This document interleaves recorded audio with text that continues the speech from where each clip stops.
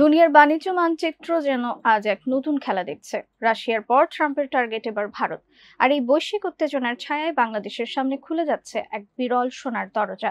মার্কিন president Donald Trump আবারও বিতর্কের কেন্দ্রে। রুশ তেল আমদানির কারণে ভারতের ওপর তিনি বসিয়েছেন অতিরিক্ত 25% শুল্ক। ফলে ভারতের কিছু গুরুত্বপূর্ণ পণ্যে মোট শুল্ক দাঁড়িয়েছে প্রায় 50%, যা বৈশ্বিক বাণিজ্যের ইতিহাসে অন্যতম উচ্চ হারে গণ্য হচ্ছে। চীনের পর এবার এমন শাস্তির শিকার ভারত। ট্রাম্পের এই সিদ্ধান্তকে কেন্দ্র করে দিল্লিতে রাজনৈতিক চাপ বাড়ছে। অন্যদিকে এটি বাংলাদেশের জন্য বিরল এক রপ্তানি ও বিনিয়োগ সম্ভাবনার জানালা খুলে দিয়েছে। প্রধানমন্ত্রী নরেন্দ্র মোদী এই শুল্ক বৃদ্ধির পরপরই এক অনুষ্ঠানে বলেন, ভারত কখনোই কৃষক, দুগ্ধ শিল্প বা মৎস্যজীবীদের স্বার্থে আপোস করবে না। যদিও তিনি সরাসরি যুক্তরাষ্ট্রের নাম উল্লেখ করেননি, তবে বক্তব্যে স্পষ্ট সংকেত ছিল দ্বিপাক্ষিক বাণিজ্য চুক্তির ব্যর্থতা ও চাপের উৎস ঠিক কোথায়। ভারত ও যুক্তরাষ্ট্রের মধ্যে কৃষি নীতি, দুগ্ধজাত পণ্যের বাজার উন্মুক্তকরণ ও রুশ তেল আমদানিকে ঘিরে বিরোধ চলছিল বহুদিন ধরেই। ট্রাম্পের শুল্ক আরোপ সেই টানাপোড়েনকে আরও প্রকট করে তুলেছে।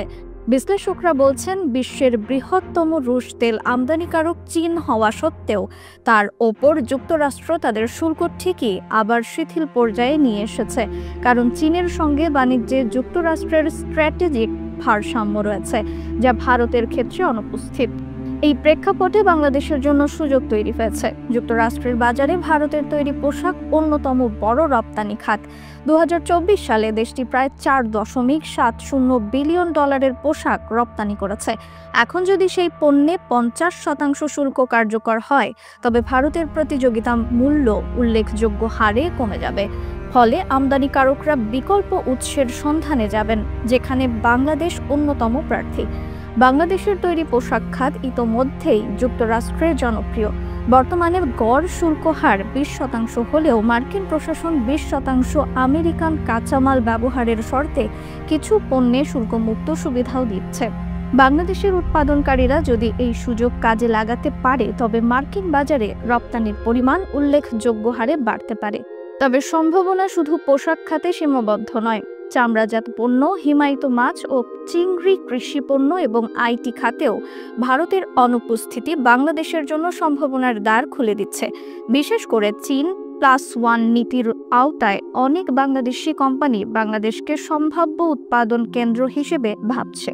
কিন্তু এই সুযোগের পেছনে রয়েছে একটি বড় সতর্ক বার্তাও। রপ্তানিতে কাঙ্ক্ষিত সুফল পেতে হলে বাংলাদেশের মান নিয়ন্ত্রণ, সময়ানুবর্তিতা, উৎপাদন সক্ষমতা ও লজিস্টিক ব্যবস্থাপনা আরও শক্তিশালী করতে হবে। পাশাপাশি প্রয়োজন হবে সরকারের কৌশলগত রোডম্যাপ, বেসরকারি খাতের সক্রিয় অংশগ্রহণ এবং বিদ্যমান আমলাতান্ত্রিক জটিলতা দূর করার রাজনৈতিক সদিচ্ছা। বাংলাদেশ এই মুহূর্তে একটি স্ট্র্যাটেজিক উইন্ডো অব অপরচুনিটির সামনে দাঁড়িয়ে আছে। ইতিহাস সাক্ষ্য দেবে, আমরা কি সেই দরজা খুলে ভবিষ্যতের পথে এগিয়ে যেতে পারি, নাকি আবারও প্রস্তুতির অভাবে সম্ভাবনাকে মিস করি।